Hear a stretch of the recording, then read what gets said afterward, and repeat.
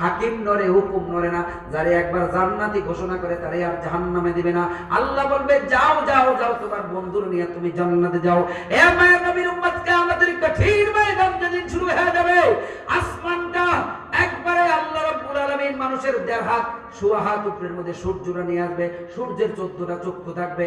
আল্লাহর নবী, বিশ্ব নবী রহমাতুল লিল আলামিন বলে, বর্তমান সূর্যের 14টা চক্ষু 13টা উপরের দিকে ফিট করা, একটা মাত্র মানুষের দিকে ফিট করা। কিয়ামতের ময়দানে 14টা পুরাটাই মানুষের দিকে ফিট করা থাকবে। মানুষের মগজগুলি টাস টাস করিয়া ফাটিয়া যাবে, নাক দিয়া মুখ দিয়া বাহিতে থাকবে। মানুষগুলি ইয়া নাফসি বলে কাঁপতে থাকবে, পানি পানি বলে চিৎকার করে কাঁপতে থাকবে। আল্লাহর নবী, বিশ্ব নবী রহমাতুল লিল আলামিন বলেন, কিয়ামতের কঠিন ময়দানে 7 শ্রেণীর মানুষ ছাড়া কেউ আল্লাহর আরশের ছায়ার নিচে স্থান পাবে না।